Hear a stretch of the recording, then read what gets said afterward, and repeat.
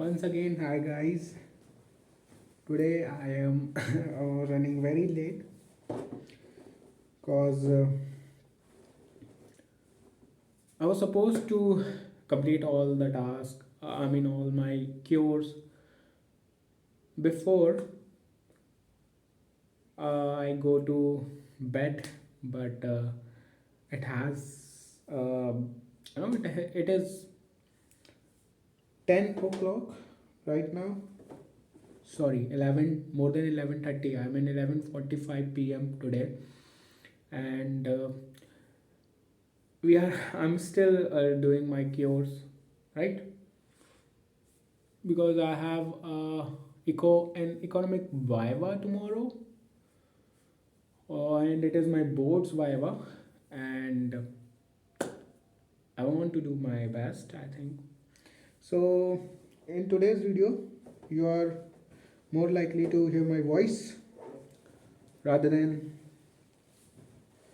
uh, anything.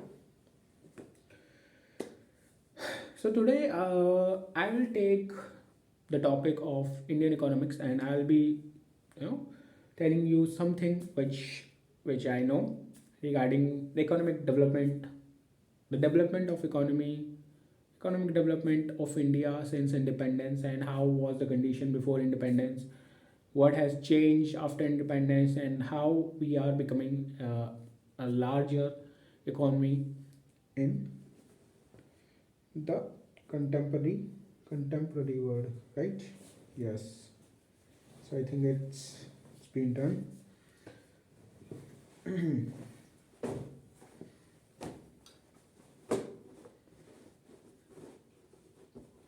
Yes, guys. So let's talk about what was the condition of Indian economy before independence. As you know that India was colonized by the European countries, and especially Britain has conquered. East India Company from Britain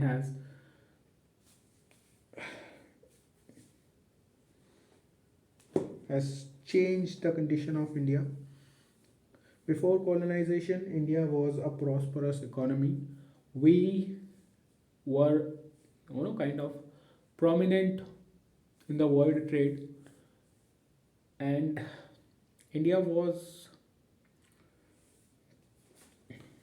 I mean, 20 India contributed to 23% of the GDP of the world before independence. And after, the Britishers, after the Britishers came into India, they began to exploit the Indian economy. There were three sectors that were majorly affected. Those were agriculture sector, industrial sector, and the foreign exchange. Rest of the world sector. Foreign trade, right? So what happened and how happened? We're gonna talk about that. So let's talk about first the Indian agriculture. Before independence, India was a prosperous country. India has remained an agriculturally important country. Indian economy is mostly agro-based. At that time, was mostly agro-based. We are, the motive of India's agriculture was subsistence based, and every person was able to meet his daily needs and earn a profitable amount of money by selling a little fraction of his produce. Overall, the condition was prosperous. People were not starving, people were not running out of the resources. Everything was quite well. And then the British came. They came to India and they began to see that agriculture of the India is subsistence based. Why not to make it? Why not to commercialize it and use it for our profit. So, as a business, as a kind of trading company, business means profit. The business is central to the profit, and when there is profit, there is business. Or when there is business, there must be profit. They are synonymous word, I believe. So the East India Company began to see that Indian agriculture was quite well. The soil of India, as geographically it is a peninsula, so the soil was very fertile. They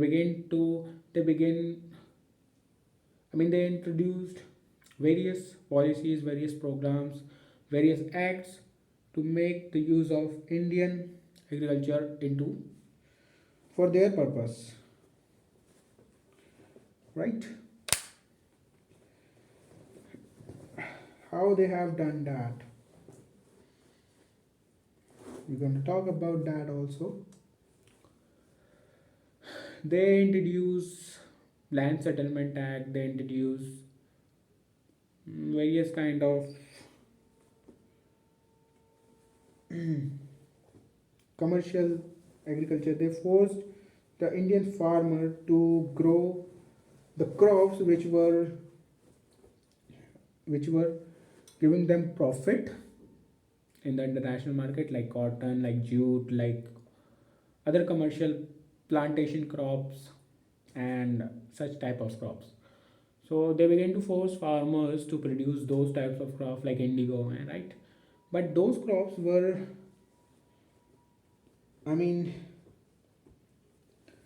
dangerous for the soil as they were degrading the soil fertility, and the farmer was to bear the loss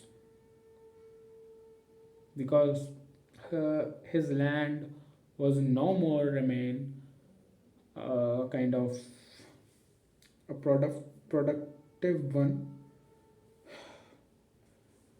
uh, yeah, I'm saying right, yes, I believe so. Hmm.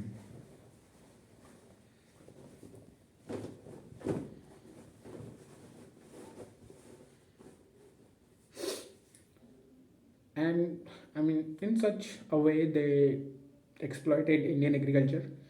And next, then we come to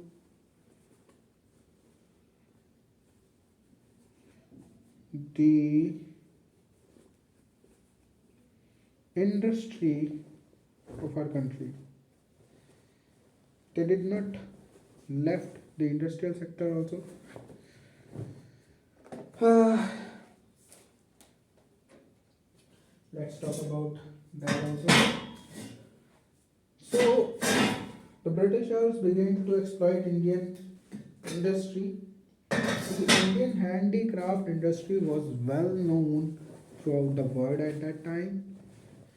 Every product of India was used to was Indian handicrafts has market all over the world. In spices, Indian textile, everything was quite famous, and the British came. I know that today's conversation is a kind of boring, but we have to maintain that we have to have a conversation because there is there's a compulsion we cannot avoid, and that's what we call consistency. So yeah, we will make ourselves consistent by having a conversation on any topic. And today's topic is Indian economy. So the Britishers came and they exploited Indian industry. They exploited it by using the trade barriers, imports, import barriers, quantitative restrictions, and their discriminatory tariff policy. The question arises, what was the discriminatory tariff policy of the Britishers? See, before the colonial rule, India was the exporter of finished good, okay, manufactured good. But when the Britishers exploited the Indian economy, they, by using discriminatory tariff policy, they made India an exporter of raw material instead of the finished good, and they make it an importer of finished good, which means that the India was importing more and costly products and exporting raw materials, and that to only Britain. There was surplus trade, but it was for, I mean, the Britishers took all the uh, kind of profit. They did not share it. There was no equity in that time. At that time, right? Every profit was for the Britishers. They did not share it with anyone, not especially Indians. So yeah, and then what about foreign trade? See, India before the colonial rule had trade relation with most of the world countries, right?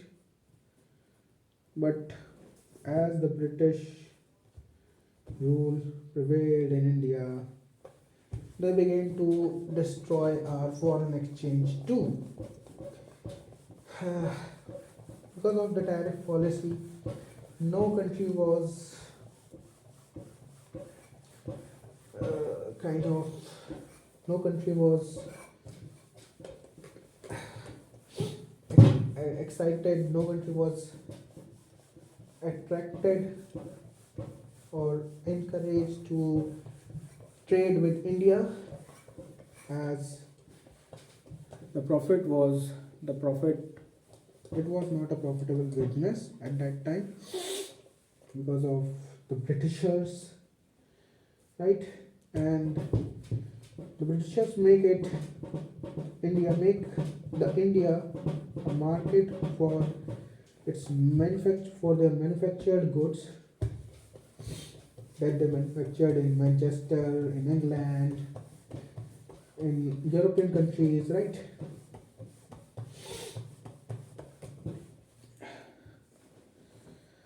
Yeah, then our let me tell you some of the features of Indian economy at the time of independence. It was a stagnant economy, right? I hope that you all know what is I mean, stagnant economy is. I think I'm not doing it well, so we can change our topic. So let me tell you the location or the, I mean, kind of not location, but uh, situation that I am in,